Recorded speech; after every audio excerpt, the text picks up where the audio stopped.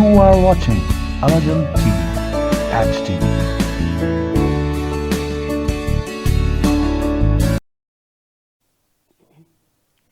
أعوذ بالله من الشيطان الرجيم بسم الله الرحمن الرحيم الحمد لله رب العالمين الصلاة والسلام على أشرف الأنبياء والمرسلين سيدنا حبيبنا وطبيب قلوبنا وشفيع ذنوبنا أبي القاسم محمد أما بعد فقد قال الله تبارك وتعالى في كتابه المجيد والفرقانه الحميد وقوله الحق وهو أصدق الصادقين بسم الله الرحمن الرحيم فاذكروني أذكركم واشكروا لي ولا تكفرون يا أيها الذين آمنوا استعينوا بالصبر والصلاة إن الله مع الصابرين.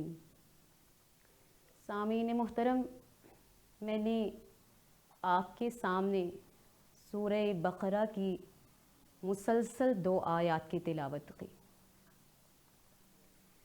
ان آیات میں اللہ تعالیٰ ارشاد فرماتا ہے فَاذْكُرُونِي أَذْكُرْكُمْ، تم مجھے یاد رکھو میں تمہیں یاد رکھوں گا.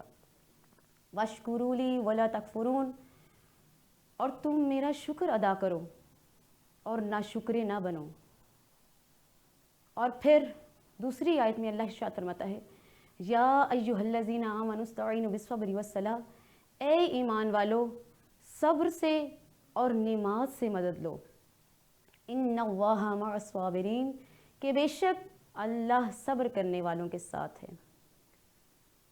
سامعین محترم، آج میں نے اپنی گفتگو کا عنوان صبر اور شکر رکھا، اور خالق کائنات نے ان 2 آیات میں ہمیں صبر اور شکر کرنے کا حکم دیا ہے. ویسے تو یہ 2 پہلو اس قدر مفصل ہیں کہ ان پر جس قدر گفتگو کی جائے کم ہے، لیکن اس تھوڑے سے وقت میں کوشش کروں گی کہ بات مختصر ہو مگر مفید ہو. تو سامعین محترم، اللہ قرآن مجید میں ارشاد فرماتا ہے کہ فَاذْكُرُونِي أَذْكُرْكُمْ وَاشْكُرُوا لِي وَلَا تَكْفُرُونَ، کہ تم میرا ذکر کرو میں تمہارا ذکر کروں گا. تم مجھے یاد رکھو میں تمہیں یاد رکھوں گا. وَاشْكُرُوا لِي وَلَا تَكْفُرُونَ، اور تم میرا شکر ادا کرو اور ناشکرے نہ بنو. تو عزیزان، یہ شکر اور صبر احادیث میں ہے کہ الایمان نصفان، نصف صبر و نصف شکر، کہ ایمان کے 2 حصے ہیں. ایک حصہ صبر ہے اور دوسرا حصہ شکر ہے. پورا دین ان 2 حصوں میں منقسم ہے، صبر اور شکر. اور انسان کی ساری زندگی ان 2 پہلوؤں کے درمیان، ان 2 پہلوؤں کے گرد گھومتی ہے، صبر اور شکر. کس طرح کہ انسان کی زندگی میں یا تو راحتیں ہیں یا پھر آزمائشیں، اور راحتوں پہ شکر ہوتا ہے اور آزمائشوں پہ صبر ہوتا ہے. تو پورا دین ان 2 حصوں پر منحصر ہے، صبر اور شکر. یہ شکر کیا ہے؟ خداوند قدوس ارشاد فرماتا ہے کہ تم میرا شکر ادا کرو. قرآن میں اللہ کہتا ہے کہ تم نعمات کا شکر ادا کرو، اللہ کی نعمات کا شکر ادا کرو، نہ شکرے نہ بنو. یہ نعمات خداوندی کیا ہیں؟ اللہ نے جو ہمیں نعمات عطا کی ہیں، یہ مال نعمت ہے، دولت نعمت ہے، رزق نعمت ہے، اولاد نعمت ہے، علم نعمت ہے. انسان کی اپنی زندگی ایک نعمت ہے، انسانی جسم کے اعضاء نعمت ہیں. اور ان نعمتوں کا شکر کیا ہے کہ ان نعمتوں کو اللہ کی معصیت میں صرف نہ کیا جائے، ان نعمتوں کو اللہ کی اطاعت میں صرف کیا جائے. یہ ان نعمات کا شکر ہے۔ مال نعمت ہے، دولت نعمت ہے، رزق نعمت ہے، اس کا شکر کس طرح کیا جائے کہ اس مال سے اللہ کی معصیت نہ کی جائے، اس مال کو غلط جگہ استعمال نہ کیا جائے، اس مال سے غلط کام نہ کیے جائیں، گناہ نہ کیے جائیں، تو یہ دولت کا شکر ہے۔ اولاد اللہ کی نعمت ہے، اولاد کی اس طرح تربیت کی جائے کہ وہ دین اسلام کے پیروکار بنے، وہ حقیقی مومن بنے، وہ اہل بیت کے چاہنے والے بنے، سچے عاشق رسول بنے۔ یہ اولاد جیسی نعمت کا شکر ہے۔ انسان کی زندگی ایک نعمت ہے، اس زندگی کا کس طرح شکر ادا کیا جائے کہ انسان اس زندگی کو معصیت خداوندی میں نہ گزارے، اس کی اطاعت میں گزارے۔ یہ زندگی کا شکر ہے۔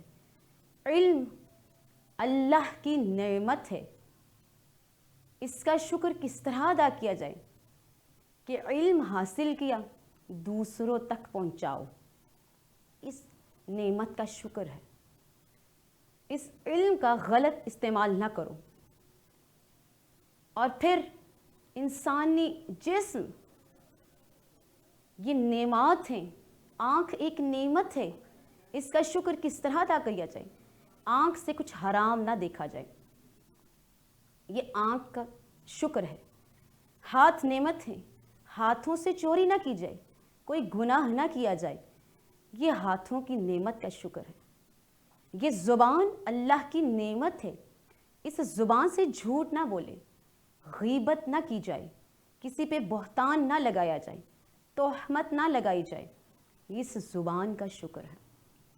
یہ دل اللہ کی نعمت ہے، اس دل میں منافقت نہ ہو، کسی کے خلاف حسد نہ ہو، بغض نہ ہو، کینہ نہ ہو، یہ اس دل کا شکر ہے۔ یہ پاؤں اللہ کی نعمت ہے، ان پیروں سے چل کر کسی گناہ کی طرف نہ جایا جائے۔ اور یہ جتنے اعضاء ہیں ان کا شکر یہی ہے کہ ان کو معصیت خداوندی میں خرچ نہ کیا جائے، استعمال نہ کیا جائے۔ یہ کان، ان سے کوئی غیبت نہ سنی جائے، کوئی فحش اور لغو باتیں نہ سنی جائیں، حرام نہ سنا جائے، یہ ان کانوں کا شکر ہے۔ یہ نعمات خداوندی کا شکر ہے۔ اور پھر اللہ قرآن میں ارشاد فرماتا ہے کہ تم سے قیامت کے دن نعمات کے بارے میں سوال کیا جائے گا۔ ایک شخص امام جعفر صادق علیہ السلام کے پاس آیا اور کہتا ہے، مولا کہ اللہ نے قرآن میں کہا ہے کہ میں قیامت کے دن تم سے نعمتوں کے بارے میں سوال کروں گا۔ مولا یہ کون سی نعمتیں ہیں؟ مولا فرماتے ہیں تمہاری نظر میں یہ کون سی نعمتیں ہو سکتی ہیں؟ کہتے ہیں مولا میری نظر میں تو یہ ہے کہ یہ کھانا پینا، روٹی روزی، رزق، یہ پانی، یہ پھل سبزی، یہی نعمتیں ہیں۔ مولا فرماتے ہیں اگر میں تمہیں اپنے گھر کھانے کی دعوت دوں، تمہیں کھانے پر بلاؤں، پھر تمہیں کھانا کھلاؤں، اور پھر تمہیں بعد میں کہوں کہ میرا شکر ادا کرو، تو تمہیں کیسا لگے گا؟ کہا مولا عجیب لگے گا۔ مولا فرماتے ہیں میرے اور تمہارے لیے عجیب، اور اس خداوند کریم کے لیے؟ مولا فرماتے ہیں نحنو نعمت اللہ، ہم اللہ کی وہ نعمت ہے جس کا بروز قیامت تم سے سوال کیا جائے گا۔ ہم اہل بیت اللہ کی نعمت ہیں، یہ اہل بیت خداوند قدوس کی نعمت ہیں۔ اور اللہ ارشاد فرماتا ہے کہ تم نعمتوں کا شکر ادا کرو، میں تمہاری نعمتوں میں اضافہ کروں گا۔ ہم نے رسول خدا اللہ کی نعمت ہیں، ہم نے جب رسول خدا صلی اللہ علیہ وآلہ وسلم جیسی نعمت کا شکر ادا کیا کہ اللہ تو نے ہمیں رحمت للعالمین نبی عطا فرمایا، اے اللہ تو نے ہمیں وہ نبی عطا فرمایا جو سردار انبیاء ہیں، جو آپ کا محبوب ہیں۔ جب ہم نے رسول خدا جیسی نعمت کا شکر ادا کیا تو اللہ نے ہمیں امام علی جیسی نعمت عطا فرمائی، جب ہم نے امام علی جیسی نعمت کا شکر ادا کیا کہ مالک تو نے ہمیں وہ امام عطا فرمایا جو سردار اوصیاء ہیں، تو اللہ نے ہمیں امام حسن مجتبیٰ جیسی نعمت سے نوازا۔ جب ہم نے امام حسن مجتبیٰ کی جیسی نعمت کا شکر ادا کیا تو اللہ نے ہمیں امام حسین جیسی نعمت سے نوازا۔ جب ہم نے امام حسین کی نعمت کا شکر ادا کیا تو اللہ نے ہمیں سید سجاد جیسی نعمت سے نوازا۔ جب ہم نے امام سجاد جیسی نعمت کا شکر ادا کیا تو اللہ نے ہمیں امام باقر العلوم جیسی نعمت سے نوازا۔ جب ہم نے امام محمد باقر کا شکر ادا کیا تو اللہ نے ہمیں امام جعفر صادق جیسی نعمت سے نوازا۔ جب ہم نے امام جعفر صادق جیسی نعمت کا شکر ادا کیا تو اللہ نے ہمیں امام موسی کاظم جیسی نعمت سے نوازا۔ جب ہم نے امام موسی کاظم کا شکر ادا کیا تو اللہ نے ہمیں امام رضا جیسی نعمت سے نوازا۔ جب ہم نے امام رضا جیسی نعمت کا شکر ادا کیا تو اللہ نے ہمیں امام محمد تقی جیسی نعمت سے نوازا۔ جب ہم نے امام محمد تقی جیسی نعمت کا شکر ادا کیا تو اللہ نے امام نقی جیسی نعمت سے نوازا۔ جب ہم نے امام نقی کا شکر ادا کیا تو اللہ نے ہمیں امام حسن عسکری جیسی نعمت سے نوازا۔ جب ہم نے امام حسن عسکری جیسی نعمت کا شکر ادا کیا تو اللہ نے ہمیں امام مہدی جیسی نعمت سے نوازا۔ وہ امام جو پردہ غیبت میں رہ کے ہماری رہنمائی کرتے ہیں، وہ امام جو پردہ غیبت میں رہ کر بھی ہم پر ابر کرم بنے ہوئے ہیں، وہ امام کہ جو ہماری اعمال کی قبولیت کی وجہ ہیں، وہ امام کہ جو ہماری توبہ استغفار کی قبولیت کی وجہ ہیں، وہ امام کہ جو ہم پر آفتوں اور مصیبتوں کو روکے ہوئے ہیں، وہ امام کہ جو قیامت کو روکے ہوئے ہیں، جو قیامت کی رکنے کی وجہ ہیں، کیونکہ اللہ خود ارشاد فرماتا ہے کہ تم میری نعمات کا شکر کرتے جاؤ گے، میں تمہاری نعمات میں اضافہ کرتا چلا جاؤں گا۔ اسی لیے تو حضرت داؤد علیہ السلام سے اللہ نے ارشاد فرمایا کہ جب بندہ میرا شکر ادا کرتا ہے تو میں اس سے راضی ہو جاتا ہوں۔ حضرت داؤد نے ایک مرتبہ اللہ کی بارگاہ میں عرض کی، پروردگارا میں تیرا شکر کس طرح ادا کروں؟ جب میں تیری ایک نعمت پر شکر ادا کرتا ہوں تو اس کے بدلے مجھے دوسری نعمت عطا کر دیتا ہے۔ جب میں دوسری نعمت پر شکر ادا کرتا ہوں تو اس شکر کے بدلے میں مجھے تیسری نعمت عطا کر دیتا ہے۔ جب میں تیسری نعمت پر شکر ادا کرتا ہوں ابھی وہ شکر مکمل نہیں ہوتا کہ تو مجھے چوتھی نعمت عطا کر دیتا ہے۔ تو اللہ یہ میرے بس سے باہر ہے، میں شکر کرتا چلا جاتا ہوں تو مجھے نعمات عطا کرتا چلا جاتا ہے۔ یہ تیری نعمات کا سلسلہ جاری و ساری ہے۔ پروردگارا تیرا حق شکر ادا کرنا میرے لیے ناممکن ہے، میرے بس سے باہر ہے۔ تو اللہ نے حضرت داؤد پر وحی کی کہ اے داؤد، جب تو نے یہ معرفت حاصل کر لی ہے کہ میں تیری نعمتوں میں اضافہ کرتا ہوں، جب تو شکر ادا کرتا ہے تو یہ معرفت ہی میری نعمت کا شکر ہے، یہ معرفت ہی میرا شکر ہے اصل میں۔ اور پھر اللہ قرآن میں ارشاد فرماتا ہے وَمَنْ شَكَرَ فَإِنَّمَا يَشْكُرُ لِنَفْسِهِ کہ جس نے شکر کیا اس نے اپنے فائدے کے لیے شکر کیا۔ اے بندو، تمہارا شکر کرنا اللہ پہ کوئی احسان نہیں ہے، یہ اللہ پہ کوئی احسان نہیں کہ تم اس کا شکر ادا کر رہے ہو۔ اللہ کو تمہاری شکر کی ضرورت نہیں ہے، یہ شکر تم اپنے فائدے کے لیے کرتے ہو۔ اگر شکر کرتے رہو گے تو نعمات خداوندی کا حصول کرتے رہو گے، اگر شکر نہیں کرو گے تو اللہ نعمات چھین لیتا ہے، وہ نعمتیں چھن جاتی ہیں کہ جن کا شکر ادا نہ کیا جائے، جن پہ شکر نہ کیا جائے۔ اور خداوند قدوس ارشاد فرماتا ہے کہ جو شکر کرنے والا ہے وہ اللہ کے نزدیک بہت پسند کیا جاتا ہے، اس میں عاجزی اور تواضع ہوتا ہے، عاجزی انکساری آتی ہے۔ حضرت علی علیہ السلام ارشاد فرماتے ہیں کہ جو انسان بندوں کا شکر ادا نہیں کرتا وہ اللہ کا شکر ادا نہیں کرتا، اور جو بندوں کا شکر گزار ہوتا ہے وہ اللہ کا شکر گزار ہوتا ہے۔ تو سامعین محترم، یہ شکر خداوندی قدوس کی نعمات کا شکر، یہی شکر ہے کہ اس کی نعمات سے اس کی معصیت نہ کی جائے۔ اللہ نے نعمات جو دی ہیں ان کو ان کی اطاعت میں صرف کیا جائے۔ اور سامعین محترم، دوسرا پہلو ہے صبر۔ یہ صبر کیا ہے؟ صبر کا مطلب ہے رکے رہنا، برداشت کرنا۔ صبر کیا ہے؟ صبر 3 مقامات پہ ہوتا ہے۔ اللہ قرآن میں ارشاد فرماتا ہے یا ایھا الذین آمنوا استعینوا بالصبر والصلاۃ، اے ایمان والو صبر سے اور نماز سے مدد لو۔ ان اللہ مع الصابرین، کہ بے شک اللہ صبر کرنے والوں کو پسند کرتا ہے۔ اور جناب فاطمہ الزہرا سلام اللہ علیہ ارشاد فرماتی ہیں کہ اللہ نے صبر و استقامت جزا کے حصول کے لیے رکھا ہے، کہ صبر و استقامت میں اللہ کی جزا ہے، اللہ اس کی جزا عطا کرے گا۔ یہ صبر کیا ہے؟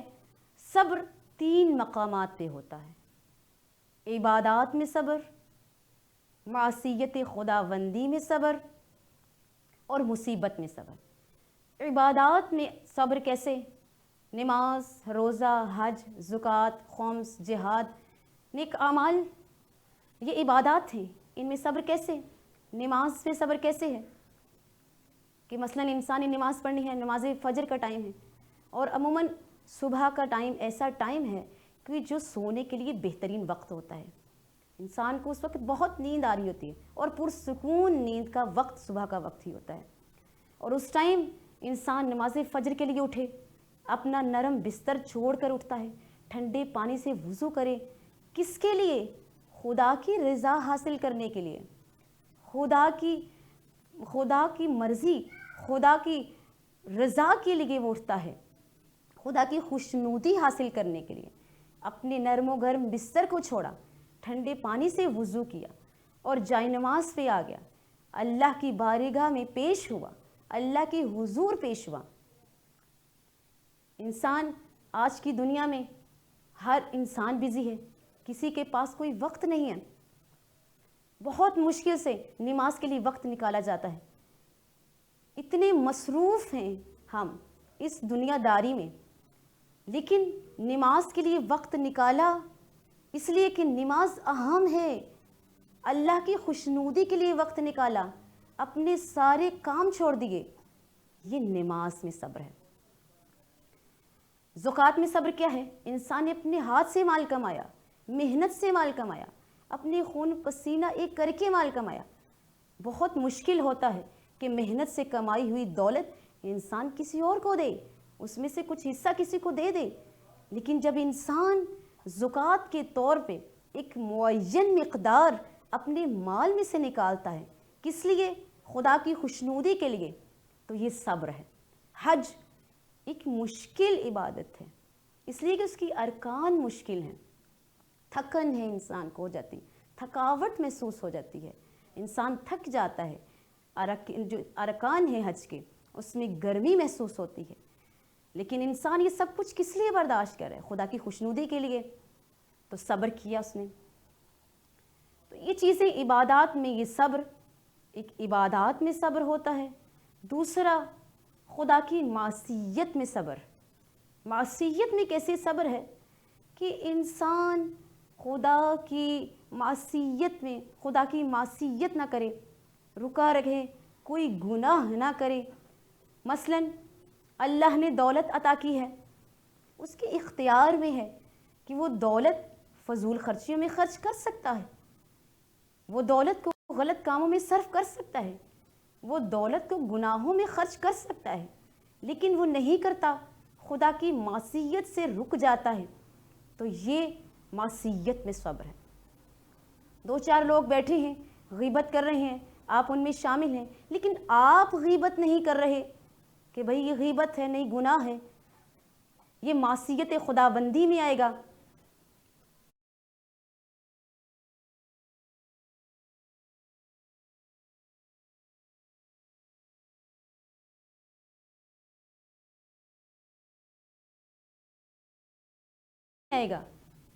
تو یہ کیا ہے؟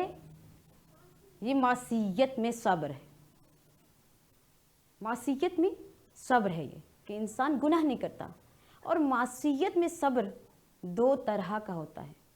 ایک صبر وہ ہے جو اختیار رکھتے ہوئے آپ نہیں کرتے، اور ایک مجبوری میں صبر ہے۔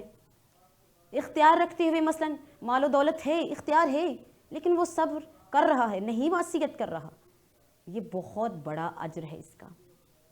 سب سے زیادہ اجر اسی صبر کا ہے کہ انسان کی بس میں ہے، اس کی قدرت میں ہے، اس کی اختیار میں ہے، وہ کر سکتا ہے۔ یہ ہاتھ میری اختیار میں ہے، میں چاہوں اسے گناہ کر سکتی ہوں، لیکن میں نہیں کرتی، تو یہ اس کا اجر زیادہ ہے۔ میں چاہوں تو زبان سے غیبت کروں، جھوٹ بولوں، تہمت لگا دوں، جو چاہے تو میں زبان سے بول سکتی ہوں، کسی کی دل آزاری کر سکتی ہوں، لیکن اگر میں نہیں کر رہی، کس لیے؟ خدا کی خوشنودی کی خاطر اس کی معصیت نہیں کر رہی، تو پھر یہ معصیت میں صبر ہے کہ انسان خدا کی معصیت میں صبر کر رہا ہے۔ اور دوسرا مجبوری میں صبر ہے۔ ایک چیز انسان کے پاس ہے ہی نہیں، اس کے بس میں ہی نہیں ہے، اس کے اختیار میں ہی نہیں ہے۔ ایک انسان نعوذ باللہ معذور ہے، اگر انسان ایک معذور ہے، وہ چل نہیں سکتا، تو وہ چل کر جا کر گناہ کیسے کرے گا؟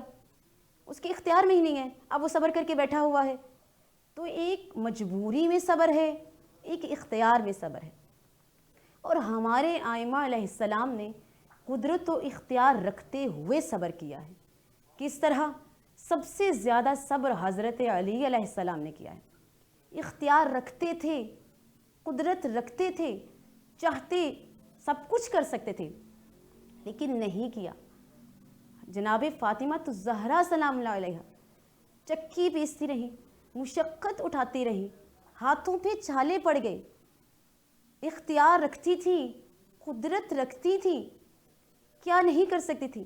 جس در پہ فرشتے نوکر ہوں، جس در سے ساری کائنات کا نظام چلتا ہو، جن کے ہاتھوں میں ساری کائنات کا نظام ہو، اختیار ہو، قدرت ہو، اس کے باوجود وہ اس قدرت کو استعمال نہ کریں اور صبر کریں۔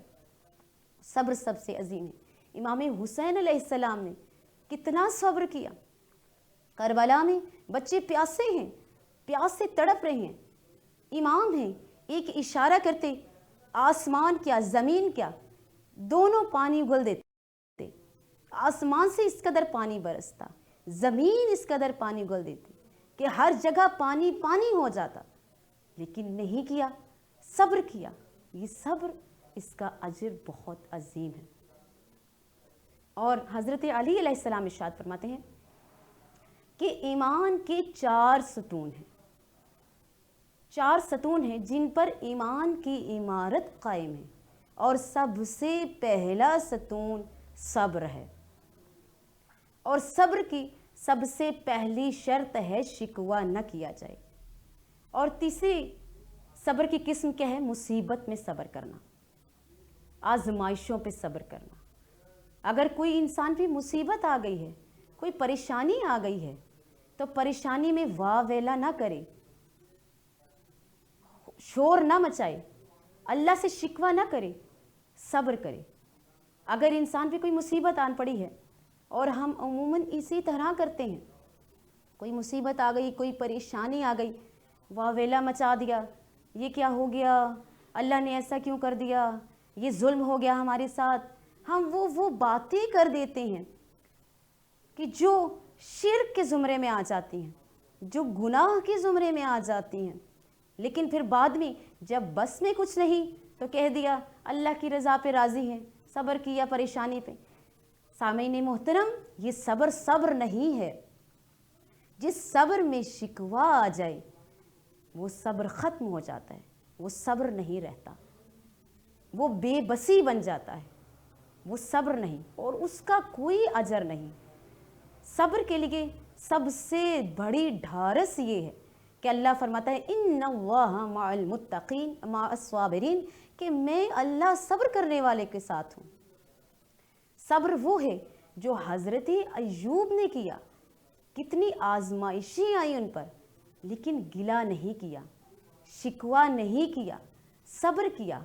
ایک ہی جملہ کہتے تھے، اولاد بھی چلی گئی، اولاد مر گئی، مال ختم ہو گیا، مویشی مر گئے، تو جو بھی چیز ہاتھ سے جاتی تھی تو حضرت ایوب سجدے میں سر رکھ کے کہتے تھے اللہ نے دیا تھا، اللہ نے لے لیا، میں اس کی رضا پہ راضی ہوں۔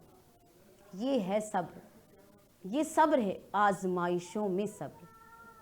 آزمائشوں کا صبر اس کا عظیم اجر ہے کہ آزمائشوں پہ صبر کیا جائے، آزمائشوں میں شکوہ نہ کیا جائے۔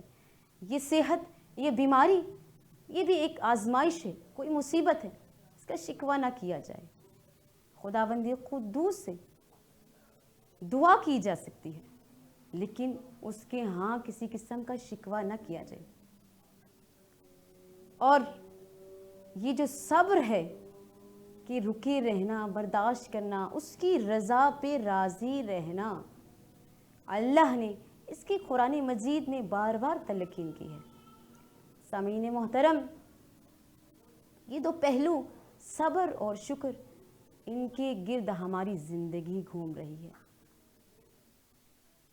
ہمیں چاہیے کہ اپنی زندگی میں ان دونوں چیزوں کو شامل کریں، نعمات پہ شکر ادا کریں، راحتوں میں شکر ادا کریں، خداوند قدوس کے شاکر بندے بنیں، اور اگر مصیبت ہے، کوئی پریشانی ہے، تو پریشانی میں اس سے مدد مانگیں۔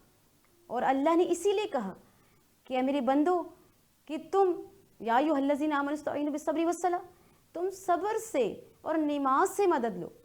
یہ کیسی مدد ہے جو ہم صبر سے مانگیں؟ صبر کریں، شکوہ نہ کریں، اور اس کا ذکر کریں، اس کے ذکر کو اپنے دل میں جگا دیں۔ اور حضرت علی علیہ السلام ارشاد فرماتے ہیں کہ جو تکلیف، جو مصیبت انسان کو خدا سے قریب کر دے، وہ آزمائش ہے۔ یہ آفتیں اور مصیبتیں جو ہم پہ آتی ہیں، اگر ہم ان کے فرق کرنا چاہتے ہیں، آفتیں کس لیے آتی ہیں؟ یہ گناہوں کا ثمرہ ہے۔ اور انسان بعض اوقات یہ سمجھ رہا ہوتا ہے میرے پہ کوئی اگر آفت آ گئی ہے، کوئی مصیبت آ گئی ہے، تو میں سمجھوں کہ یہ اللہ کی طرف سے آزمائش ہے، اور آزمائش کا نتیجہ تو بڑا عظیم ہوتا ہے۔ نہیں، آزمائش اور چیز ہے، آفت اور چیز ہے۔ آزمائش اللہ آزمانا چاہتا ہے کہ تم نے پریشانی میں، دکھ میں، تکلیف میں اسے یاد رکھا، اور پھر وہ آزمائش میں انسان کامیاب ہو جائے تو اس کا تو عظیم اجر ہے۔ لیکن آفت کیا ہے؟ آفت یہ ہے کہ یہ انسان کے گناہوں کا ثمرہ ہوتی ہے، انسان کے گناہوں کا نتیجہ ہوتی ہے۔